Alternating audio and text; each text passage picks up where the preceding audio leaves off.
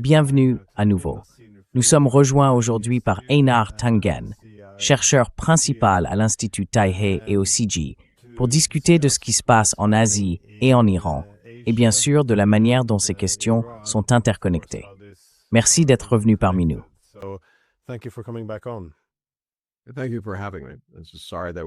Merci de m'avoir invité. Je suis désolé que nous devions nous rencontrer dans ces circonstances. C'est une situation triste, étrange.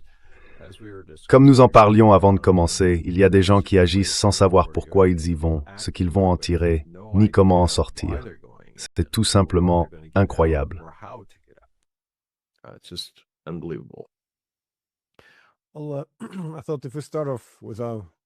Je pensais que nous pourrions commencer par une vue d'ensemble avant d'aborder la manière dont cela est perçu en Asie, ou l'impact que cela y a.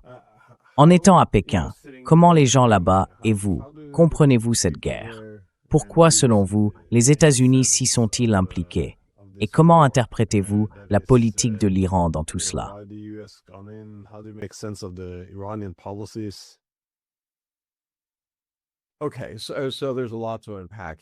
D'accord, il y a beaucoup de choses à analyser ici. Cela dépend de la personne à qui vous parlez et du niveau auquel elle a étudié la question.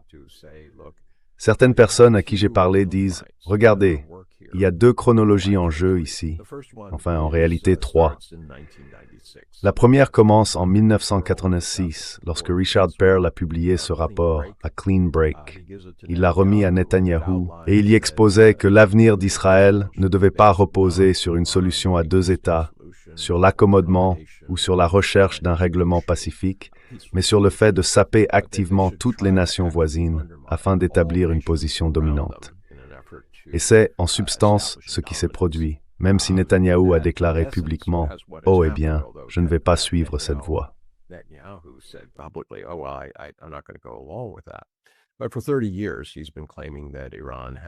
Depuis 30 ans, il affirme que l'Iran possède des armes nucléaires ou qu'il est sur le point d'en avoir d'ici 2 semaines, 2 jours, 2 mois, peu importe. Et il a toujours été très constant là-dessus. Que représente l'Iran pour Israël? Eh bien, après la chute du Shah, l'Iran est devenu très belliqueux envers Israël. Il s'est emparé de la question palestinienne et a déclaré « Vous êtes un ennemi ». Et cela a posé le décor. Israël n'est pas en mesure d'attaquer l'Iran. Il y a 7,5 millions de Juifs, 92 millions de Perses ou d'Iraniens et 1000 milles qui les séparent. Il n'est donc tout simplement pas envisageable d'avoir des troupes au sol et d'agir avec une réelle intention. Ils ont toujours eu besoin des États-Unis à leur côté pour cela. Et la question est de savoir comment amener les États-Unis à s'y engager.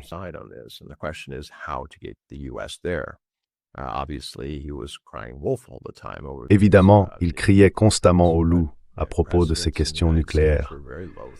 Mais les présidents des États-Unis étaient très réticents à s'engager dans une guerre avec l'Iran, qui est un pays sophistiqué, le 17e plus grand du monde par sa population et aussi par sa superficie.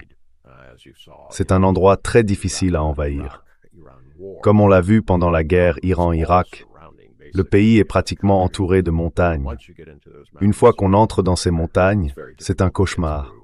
Il est très difficile d'y faire passer des machines, des chars et des troupes. Des lieux parfaits pour des embuscades et ce genre de choses, un peu comme en Afghanistan. Quant à la chronologie, Donald Trump fait alors face à de réels problèmes avec les dossiers Epstein, l'échec de ses politiques intérieures, une corruption flagrante. La liste est longue.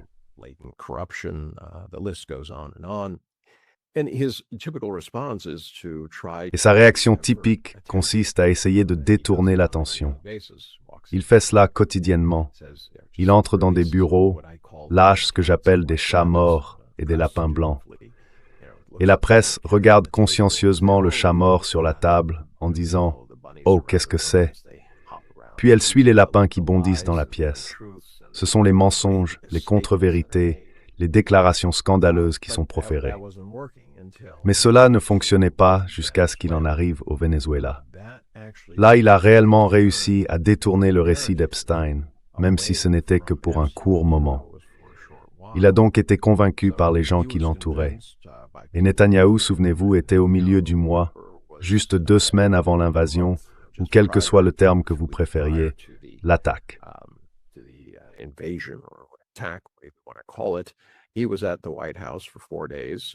Il est resté 4 jours à la Maison-Blanche, à comploter, et ils avaient fixé la date à laquelle ils comptaient intervenir.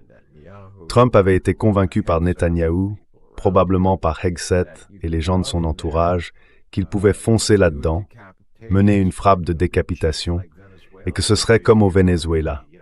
Il deviendrait un héros, laissant son empreinte sur le monde. Eh bien, le seul problème qu'il a rencontré, c'est que la CIA a dit « Non, ce n'est pas ce qui va se passer ». D'abord, il n'y avait aucune menace imminente. Il n'avait pas préparé les États-Unis à une menace imminente.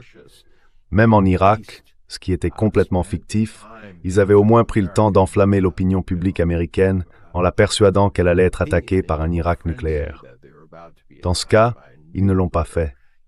L'armée leur a également dit « C'est impossible ».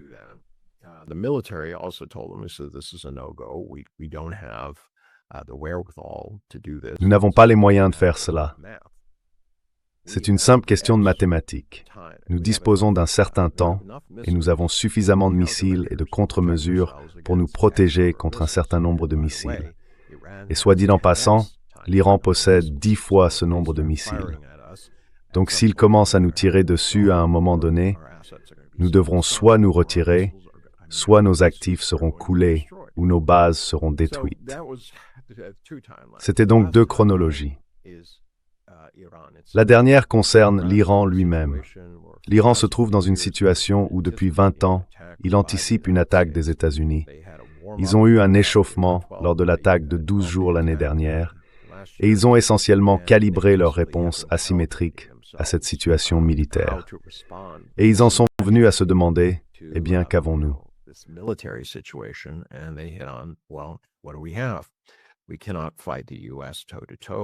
Nous ne pouvons pas affronter les États-Unis directement sur le plan militaire ou dans ce genre de domaine, mais nous pouvons les tenir à distance. Nous pouvons les retarder. Et pendant que nous les retardons, nous allons bloquer le détroit d'Ormuz, qui, comme tout le monde le sait, assure 20% des exportations mondiales de pétrole. Cela aurait un effet dévastateur sur toutes les parties concernées. Et c'est là que la Chine observe la situation. Ils se disent « D'accord, nous ne pouvons pas empêcher les erreurs qu'Israël et les États-Unis commettent. » Ils sont perplexes. Ils ne comprennent pas s'il y a jamais eu un plan de sortie. Il semble maintenant que Netanyahou ait pensé qu'en impliquant les États-Unis, il pourrait les entraîner dans une sorte de guerre sans fin.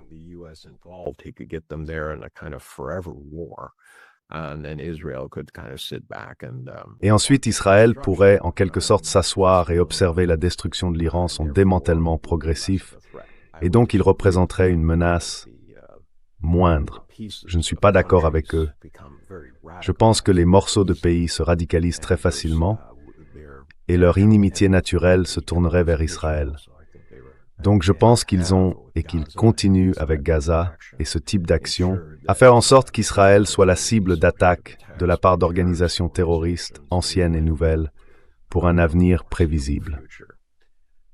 Alors en avançant, à quoi la Chine pense-t-elle pendant qu'elle observe les dégâts économiques?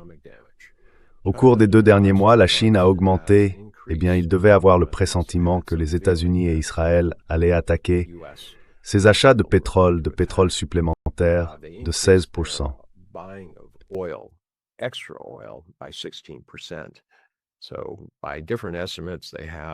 Selon différentes estimations, ils disposent d'environ 10%, soit presque 1,1 milliard de barils de réserves de pétrole.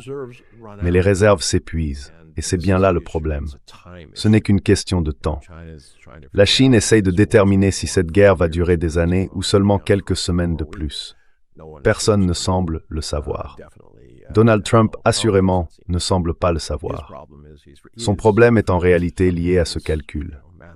Le nombre de missiles dont disposent les Iraniens dépasse celui des missiles de défense que nous possédons.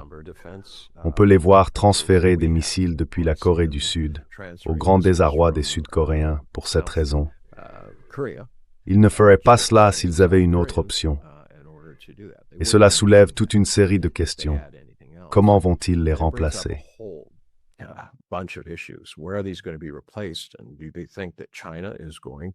Pense-t-il vraiment que la Chine va leur vendre les terres rares nécessaires à la production de ce type de missiles et d'armes? Je ne le crois pas. Les États-Unis sont en train de se creuser un profond piège. Trump a réagi en étant, vous savez, un instant belliqueux, disant qu'il va tout raser et lançant des avertissements selon lesquels il deviendra très dur si on fait ceci ou cela. Puis l'instant d'après, en déclarant « Victoire, nous allons partir d'ici très bientôt ». En ce moment, il n'y a pas de voie claire, car même si les États-Unis partaient dans 5 minutes, ce ne serait pas fini. L'Iran ne fait pas confiance aux États-Unis, car ceux-ci ont utilisé les prétendues négociations de paix comme subterfuge pour mener des attaques. En conséquence, ils n'ont vraiment pas envie de s'asseoir à la table avec les États-Unis dans leur configuration actuelle.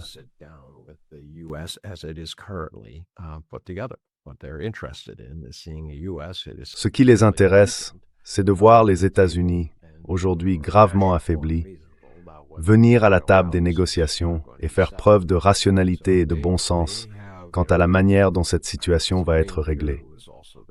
Leur chef suprême, qui était aussi leur guide religieux, a été tué avec de nombreuses autres personnes. Ce n'est pas quelque chose qui va disparaître. Il a été martyrisé. Il avait 86 ans et a été tué dans son complexe en même temps que plusieurs membres de sa famille. À présent, l'un de ses proches est devenu le nouveau chef suprême et il déclare déjà que leur seule option est l'arme nucléaire et qu'ils mèneront ce combat jusqu'à la fin amère. La situation se détériore rapidement. Elle a englouti tout le Moyen-Orient.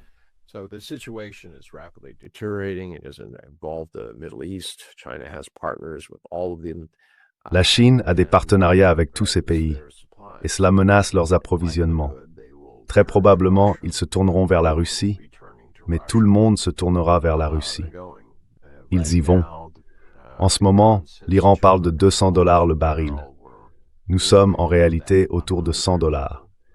Mais avec le temps et l'épuisement des réserves, vous verrez ce chiffre grimper quelque part entre 200 et $300. C'est 4 à 5 fois plus élevé. Et je ne lance pas ces chiffres au hasard. Revenez à 1973. Entre 7% et 9% du pétrole mondial disponible avait été coupé par ce qui allait bientôt devenir l'OPEP, et cela avait entraîné une multiplication par 4 du prix du baril. Donc $10 un jour devenait $40 le lendemain. Si un phénomène similaire se produisait aujourd'hui, et là on parle non pas de 7% à 9%, mais de 20%, les conséquences seraient considérables. $10 one day was $40 the next. If you have that here in things now, that was only 7 to 9%. You're taking 20%. Oil is not something you can do without. Le pétrole n'est pas quelque chose dont on peut se passer. Si vous faites voler un avion, vous ne pouvez pas dire « je vais le faire fonctionner à l'air » ou avec des carburants alternatifs. Oui, on pourrait produire un peu de carburant à base de maïs ou d'autres choses du genre, mais cela demanderait un traitement énorme, et il n'y en a tout simplement pas assez pour le faire à grande échelle pour le moment. Il existe donc très peu d'alternatives. Si vous faites rouler des camions, vous avez besoin de diesel, et cela va affecter les pays du monde entier, en particulier ceux qui n'ont pas de réserve à court terme. Mais à long terme, l'impact sera considérable. On parle de plus de 20 millions de barils par jour.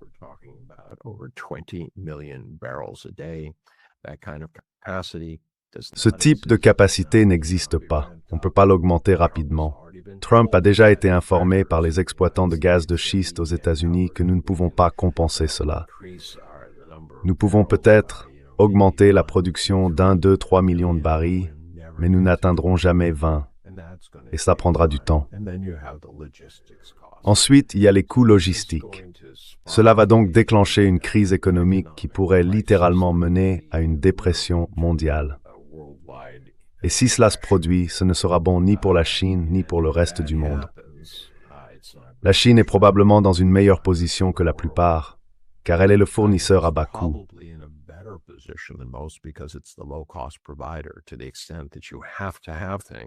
Dans la mesure où vous devez posséder certaines choses, vous allez les acheter au prix que vous espérez être le plus bas possible. La Chine a donc un avantage à ce niveau. Mais vous savez, les bouleversements mondiaux que cela va provoquer à mesure que les économies s'effondrent, il y aura des troubles civils, les gens chercheront à rejeter la faute sur tel ou tel groupe, ou bien cela deviendra une sorte de jeu à somme nulle du type « c'est toi ou moi ».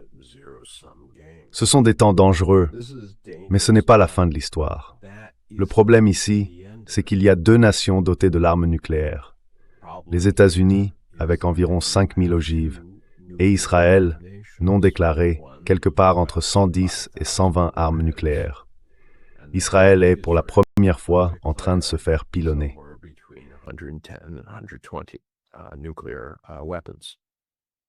Israel is for the first time getting pummeled. It is suffering damage. C'est un dommage douloureux, et ce n'est pas quelque chose auquel le peuple israélien s'attendait. Ils pensaient que le dôme de fer les rendait invulnérables. Peut-être une roquette ici, peut-être un mort par-ci par-là, mais rien de vraiment grave. Maintenant, ils vivent le genre de guerre qu'ils ont infligé à d'autres nations.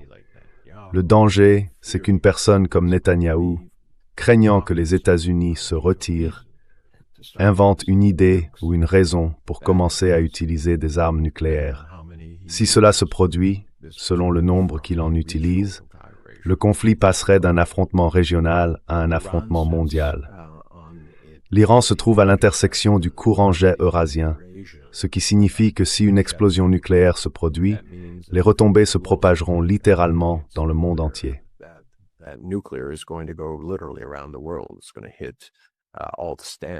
Cela va toucher tous les points de vente.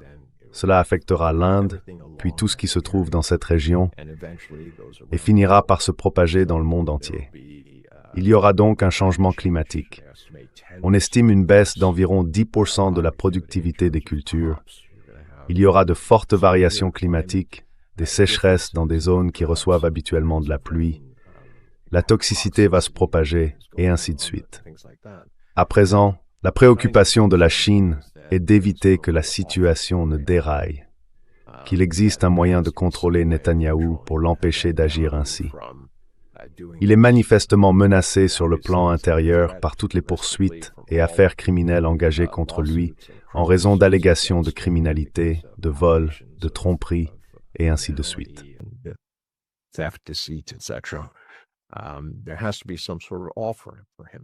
Il faut qu'il y ait une sorte d'offre pour lui.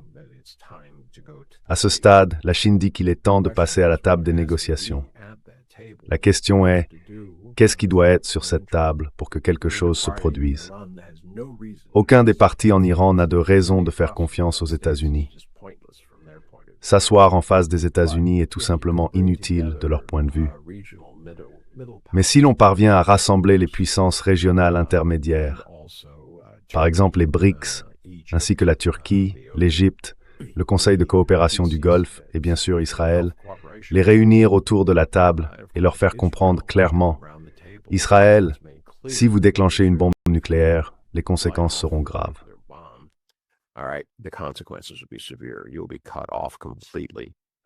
Vous serez complètement coupé sur le plan économique et votre nation en souffrira. Mais ils doivent offrir une carotte. À mon avis, cette carotte devra impliquer à la fois Netanyahou et Trump. Cela ne passera pas bien dans les annales de l'histoire, et cela ne passera pas bien non plus auprès de la population. Tant que vous gagnez, vous êtes invulnérable. Une fois que vous perdez, les choses deviennent difficiles. Il faudrait donc leur donner une sorte d'alternative à l'incarcération ou aux poursuites pénales ou quelque chose de ce genre. Je ne sais pas comment tout cela pourrait s'articuler. Je ne suis pas la personne la plus imaginative ni la plus intelligente.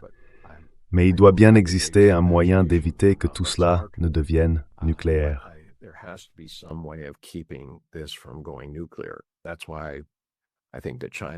C'est pourquoi je pense que la Chine n'a pas fermé la porte, malgré des déclarations très fermes à propos de l'Iran, à une visite de Donald Trump, parce qu'ils estiment que la seule façon de gérer Donald Trump est de le garder à la table, de le faire s'intéresser, vous savez, à de petits éléments, à des transactions.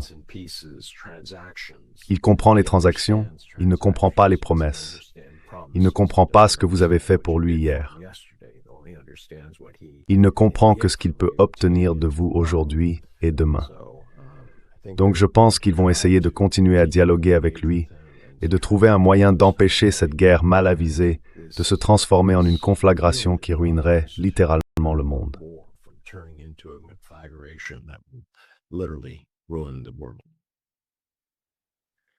Je pense que ce qui rend tout cela si dangereux, c'est que cela s'inscrit dans un phénomène plus vaste et plus large.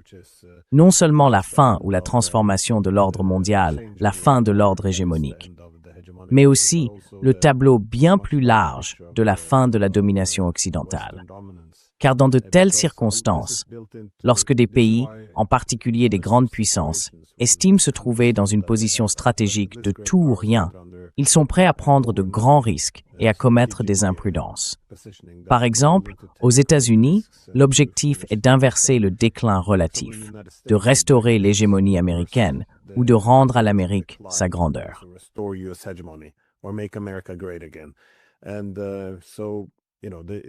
Et donc, vous savez, soit ils y parviennent en réussissant dans des pays comme l'Iran, soit ils mèneront le pays à sa perte. Cette mentalité du tout ou rien, et les actions, vous savez, pas seulement la rhétorique, mais aussi les actes, en sont également le reflet. Et en effet, ce n'est pas seulement Trump, les États-Unis, avec Biden aussi. On le voit maintenant en Europe, en ce qui concerne la guerre avec la Russie, avec l'Iran et peut-être avec la Chine. Et je dirais même que cela s'étend à Israël, car Israël suit cette stratégie du clean break depuis 1996, ou du moins, vous savez, le document rédigé pour Netanyahou, suggérant que la paix ne devrait pas être obtenue par le compromis et les négociations.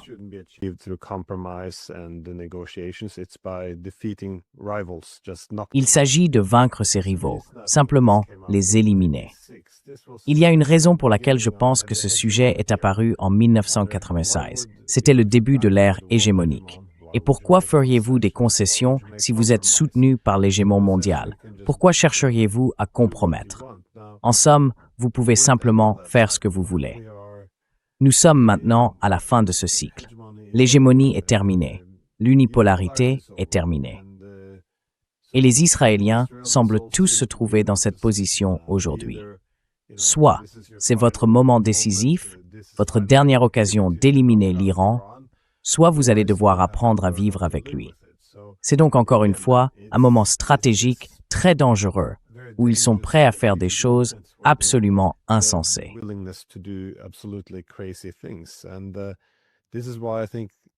Et c'est pourquoi je pense qu'à mesure que la guerre avec l'Iran s'éternise, elle devient également dangereuse.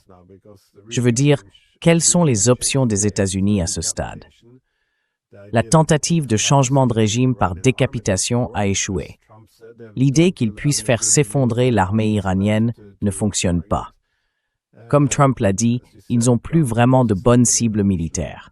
Les troupes au sol ne sont pas vraiment une option. Ils ne peuvent pas obtenir de supplétifs comme ils ont pu le faire, par exemple avec les Ukrainiens pour combattre. Ils n'ont pas cela ici. Ils n'ont pas pu obtenir les Kurdes non plus. Donc tout ce qui reste maintenant, c'est la destruction pour forcer la capitulation. Mais comme vous l'avez dit, les Iraniens mènent une guerre asymétrique. Ils doivent s'en prendre aux bases américaines dans les pays producteurs d'énergie et aussi bloquer les exportations d'énergie. Mais là, franchement, je ne vois personne faire marche arrière.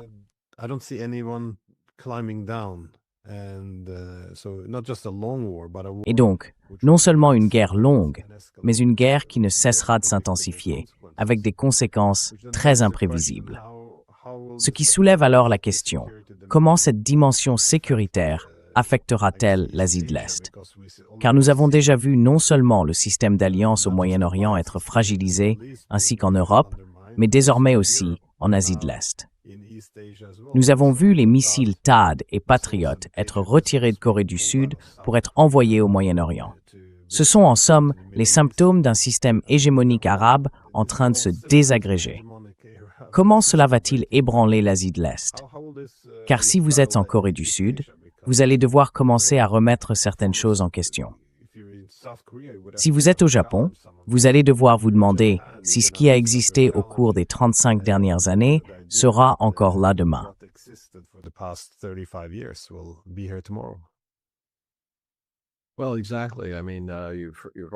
Eh bien, exactement.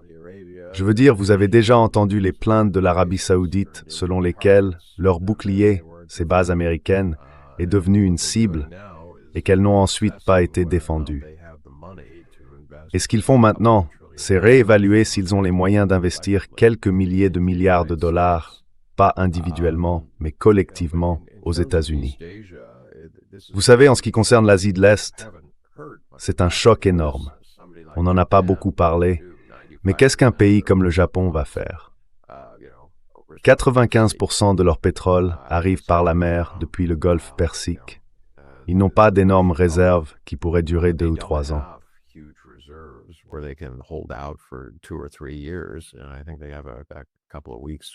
Et je pense qu'ils ont quelques semaines, ou peut-être quelques mois, selon qu'ils parviennent ou non à obtenir des approvisionnements supplémentaires.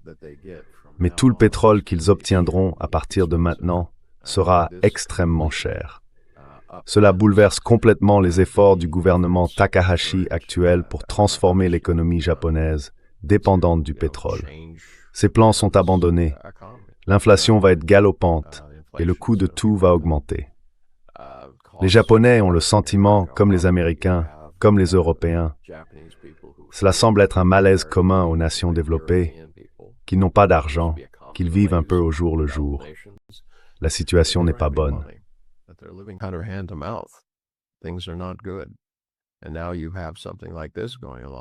Et maintenant, on se retrouve avec une situation comme celle-ci, où vous savez, le prix de l'essence et de tout ce qui est lié augmente. Les gens se disent « Oh, l'essence est plus chère », eh bien, il suffit de moins utiliser sa voiture. N'importe quoi. Ils dépendent du poisson. Les bateaux de pêche, la dernière fois que j'ai vérifié, consomment beaucoup de diesel. Ils ne peuvent pas simplement arrêter d'en utiliser. Je veux dire, on a déjà vu la Thaïlande annoncer que la moitié de sa flotte de pêche ne sortait plus.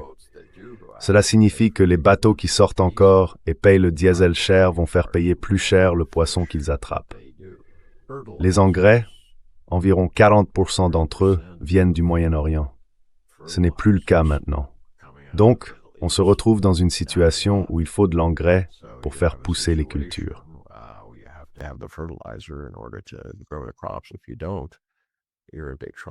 Si vous ne le faites pas, vous aurez de gros ennuis. Vos rendements vont baisser. Par conséquent, le prix des denrées alimentaires va augmenter. Notre économie repose sur l'énergie. Vous connaissez notre bon ami commun, Warwick Powell. Il a écrit un livre sur l'importance de l'énergie et sur le fait qu'elle devient un facteur décisif à mesure que l'on progresse vers une économie numérique. Mais cela reste un facteur majeur lorsqu'on traite avec une économie traditionnelle. En conséquence, il n'y a pas assez de temps en termes de réserve mondiale pour amortir le choc et permettre une transition vers les énergies renouvelables comme le soleil et le vent. Aux États-Unis, évidemment, Donald Trump s'y opposerait, comme il l'a déjà fait.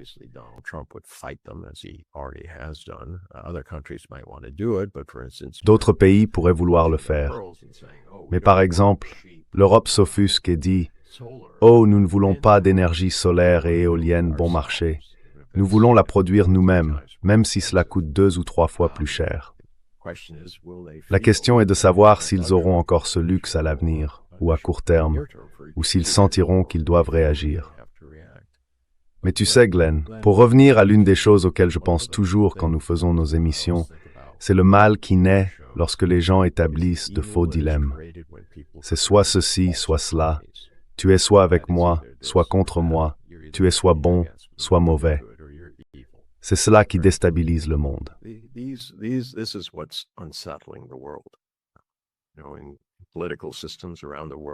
Dans les systèmes politiques du monde entier, les électeurs sont poussés par la peur et par la haine, parce que c'est plus facile à faire, surtout quand les temps sont durs et que l'on avance des affirmations simplistes selon lesquelles on peut tout résoudre d'un simple geste de la main ou avec sa tronçonneuse magique, dans le cas des affrontements, et autre chose du genre. Mais ça ne fonctionne pas comme ça. On peut changer de gouvernement, mais on ne peut pas changer les problèmes auxquels il est confronté. Et vous savez, comment réagissons-nous à cela? Je veux dire, vous étiez déconcerté. Comment est-il possible que nous agissions de manière aussi irrationnelle? Et je dis que c'est parce que nous vivons une époque irrationnelle. Les gens avancent dans la vie guidés par leurs émotions. Ils se sentent victimes sur le plan émotionnel et par conséquent, ils sont plus enclins à victimiser les autres. Et c'est là la triste réalité de la nature humaine.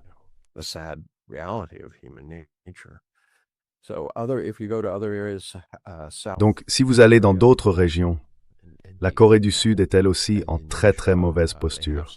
L'Indonésie a un peu de pétrole, mais pas assez. La Malaisie, toutes ces zones-là. Le Vietnam va être très durement touché. C'était une sorte d'alternative pour s'implanter et produire des biens avec des intrants venant principalement de Chine, puis les vendre comme fabriqués au Vietnam. On peut regarder un graphique et constater que le volume des importations en provenance de Chine est à peu près égal à l'augmentation des exportations vers les États-Unis, l'Europe et ailleurs. La hausse des prix du pétrole et du gaz, des prix de l'énergie tout court, va les frapper très très durement. L'Inde est dans une situation terrible. Malgré le feu vert pour acheter davantage de gaz et de pétrole russe, devinez quoi? Cela va leur coûter plus cher.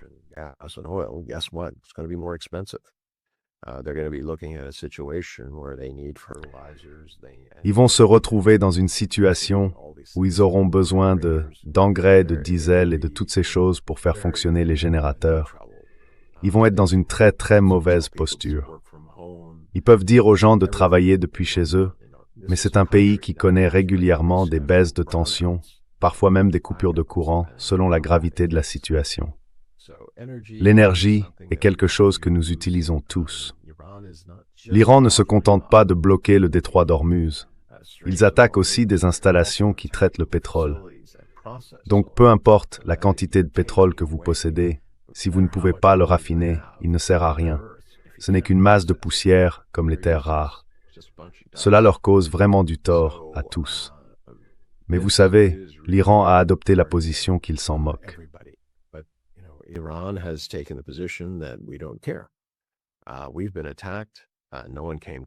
Nous avons été attaqués, personne n'est venu à notre défense. Nous allons donc faire ce que nous jugeons nécessaire pour résoudre ce problème. Et la seule façon d'y parvenir, c'est de mettre l'Amérique à genoux, de la faire s'effondrer, de provoquer une dépression mondiale, d'écarter Donald Trump et de mettre quelqu'un d'autre à sa place. Mais les dégâts causés aux autres sont incalculables. Je veux dire, ce n'est pas quelque chose qui disparaîtra en 6 mois. C'est quelque chose avec lequel nous allons devoir composer pendant les 10 à 15 prochaines années, sans parler de la suite quand il faudra affronter le terrorisme et l'extrémisme que cela engendre. C'est la partie que je ne comprends pas. Si on lit l'histoire, on comprend que faire ce genre de choses n'aide pas. Alors la question est, pourquoi faites-vous cela?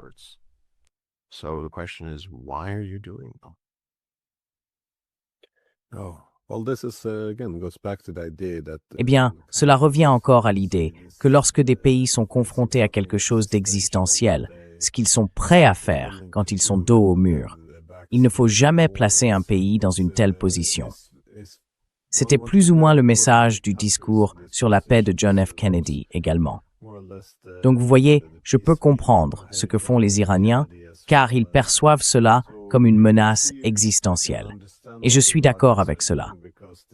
Si les États-Unis et Israël n'ont pas réussi à provoquer un changement de régime et la destruction de l'Iran la dernière fois, et qu'ils n'y parviennent pas cette fois-ci, alors ils tenteront à nouveau leur chance. Le fait qu'ils ne puissent pas maintenir ce statu quo, simplement vivre, vous savez, sous cette pression. Depuis combien de temps cette pression dure-t-elle en Iran? Ces sanctions paralysantes, ces menaces d'attaque.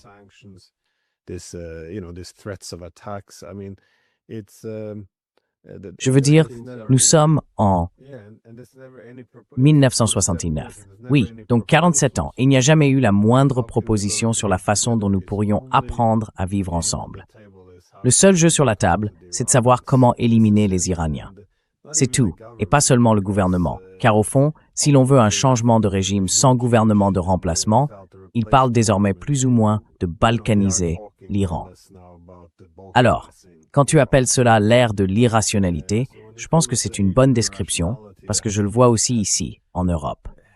Nous faisons maintenant face à une crise énergétique massive qui va entraîner un effondrement économique. Et bien sûr, nous pourrions être confrontés à une guerre nucléaire. Pourtant, ils ne veulent pas obtenir d'énergie de la Russie, ce qui pourrait stabiliser les marchés de l'énergie et l'économie. Et ils appellent cela la sécurité énergétique. Ce serait quand même cher. Ouais, Oui, et ils ne veulent même pas parler aux Russes. Ils ne veulent même pas de diplomatie. Je veux dire, si tu regardes la direction que nous prenons maintenant, même si la guerre se terminait aujourd'hui, les conséquences seraient déjà immenses, et il n'y a aucun moyen que cette guerre se termine de sitôt. Et pourtant, il n'y a rien, absolument rien à faire en termes de discussion rationnelle, de dialogue, de diplomatie. Rien du tout. Laisse-moi simplement te poser une autre question.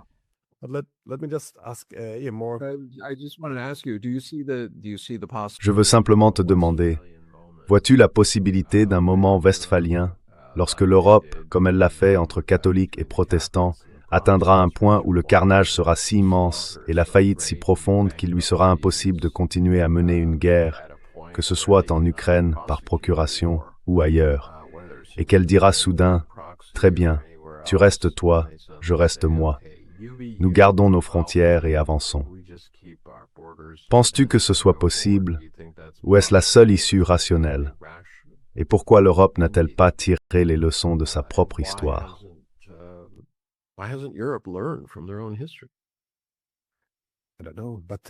Je ne sais pas, mais je pense que c'est la seule solution rationnelle.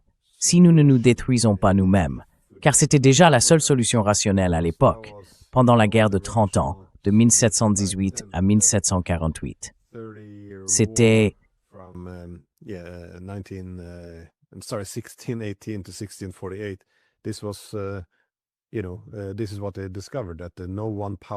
Voici ce qu'ils ont découvert. Aucune puissance unique ne serait capable d'établir une domination sur toutes les autres. Il n'y aurait donc pas de solution hégémonique. Tout ce que nous avons fait, c'est nous entretuer en masse, et l'équilibre des forces se déplaçait simplement dès qu'il semblait que quelqu'un pourrait réellement dominer. Alors, il y avait un rééquilibrage, et au bout du compte, la seule solution restait, encore une fois, le système westphalien. Autrement dit, mettons-nous d'accord pour avoir plusieurs centres de pouvoir fondés sur l'égalité souveraine. Comme tu l'as dit, toi sois toi, moi, je serai moi. Et nous n'en sommes pas encore là, parce que les Européens manquent d'imagination politique pour concevoir autre chose que la domination. C'est une partie du problème en Europe.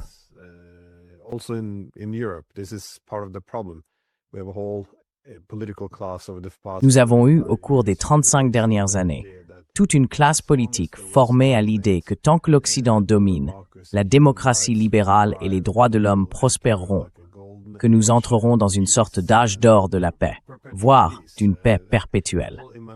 C'est sur cette idée qu'ils ont bâti leur idéologie. Ainsi, l'idée que l'hégémonie occidentale puisse décliner signifie, pour eux, un retour à une époque impitoyable où les pays se disputaient le pouvoir, les valeurs et les idées. Mais pourquoi?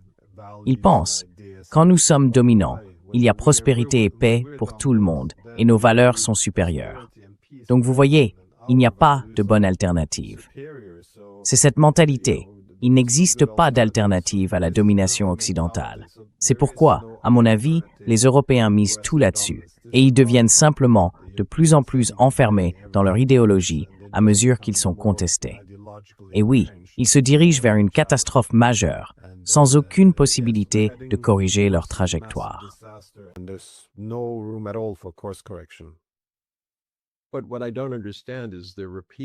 Mais ce que je ne comprends pas, c'est qu'ils répètent les mêmes erreurs que celles de la colonisation. Je veux dire, nous avons connu une période où l'Occident dominait tout, littéralement, parce qu'ils s'étaient tout approprié. Cela n'a pas fonctionné. Et en théorie, nous essayons de nous remettre de cela, de la colonisation. C'est pour cela que le Sud global garde une certaine rancune, parce qu'il a été exploité et maltraité pendant tant d'années, que ses gouvernements légitimes ont été renversés, que ses ressources ont été manipulées et volées. Cela me déroute que nous comprenions que nous sommes censés en sortir.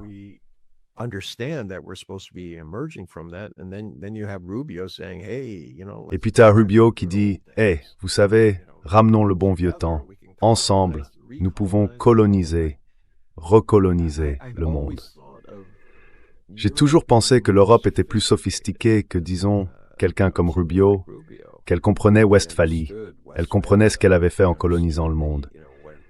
Elle ne voulait pas rendre l'argent, mais elle disait certainement, eh bien, nous ne devrions pas refaire ça. Et maintenant, nous sommes à l'aube de les voir, comme tu viens de le dire, s'accrocher frénétiquement à une idée qui est en essence la colonisation.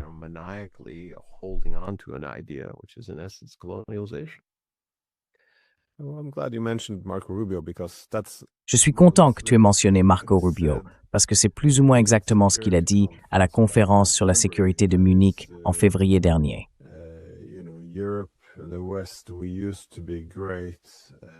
En gros, tu sais, l'Europe et l'Occident, nous étions autrefois grands. Pendant 500 ans, nous avons eu des empires qui s'étendaient à travers le monde. Et puis, bien sûr, il y a eu la Seconde Guerre mondiale, et ensuite, tu sais, le communisme et la décolonisation, présentant essentiellement la décolonisation comme un complot communiste, sous-entendant qu'il faut rétablir cette domination. Et pour la rétablir, nous devrions être sans complexe. Nous ne devrions pas avoir à faire semblant de servir des objectifs plus élevés. C'est assez extrême.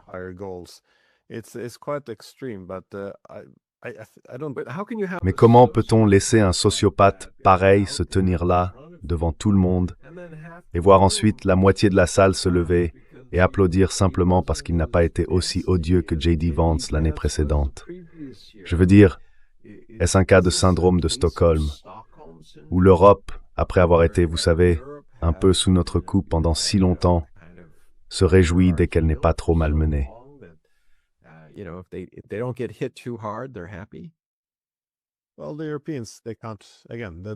Eh bien, les Européens, ils ne peuvent pas, encore une fois, ils ne découvrent que maintenant que leur seule voie pour rester pertinent, prospère et dominant passe par un partenariat avec les États-Unis. Donc vous savez, comme je l'ai dit, il n'était pas J.D. Vance. Tant qu'ils jettent un nose aux Européens, ils seront très, très enthousiastes. Mais il y a quelque chose de puissant dans les idées. Si vous avez des idées qui relient votre pouvoir et votre domination à des valeurs sublimes, c'est très séduisant. Votre domination devient une force pour le bien, ce qui était essentiellement le slogan de l'OTAN. Nous sommes une force pour le bien. Cela signifie que si vous dominez, tout le monde en profite. Et il y a beaucoup de similitudes entre les 35 dernières années et l'époque coloniale, car sous la colonisation, on divisait le monde en deux groupes pour promouvoir une inégalité souveraine, c'est-à-dire la souveraineté pour nous, mais pas pour vous.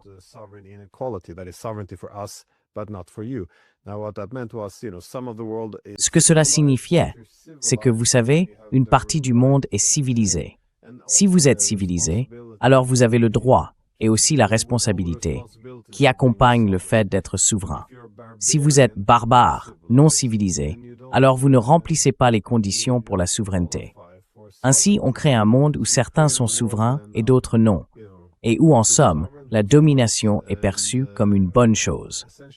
Parce que non seulement un camp serait dominant, mais en plus, on pourrait aller dans la jungle et les civiliser, de sorte que votre domination et votre intervention deviennent une force du bien. Mais ce qui est si différent dans l'ère postcoloniale, c'est que nous avons dit, eh bien, nous avons, vous savez, les civilisés et les barbares, et maintenant nous avons les démocraties libérales et les autoritaires. Les démocraties libérales devraient jouir d'une pleine souveraineté. Les barbares ou les autoritaires ne devraient pas l'avoir. Et cela devient une force du bien, tant que vous dominez.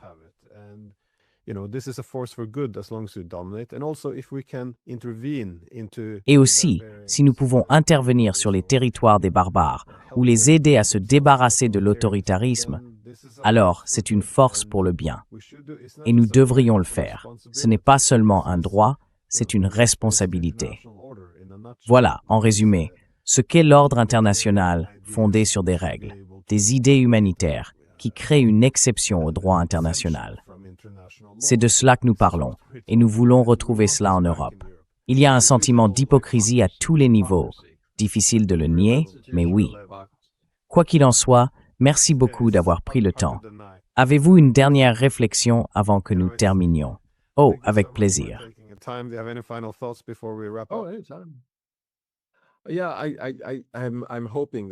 Oui, j'espère que les gens, enfin, je pense que ton public est probablement d'accord avec toi, mais j'espère que d'autres qui regardent cela comprendront que nous sommes au bord d'un précipice et qu'en dessous de nous se trouve la ruine nucléaire.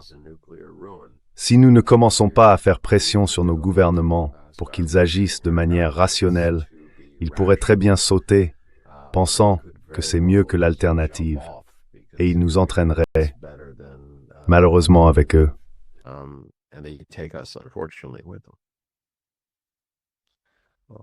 Eh bien, merci encore pour vos paroles pleines de sagesse, et j'espère vous revoir bientôt. Oui, à vous aussi. Tous mes vœux. All the best.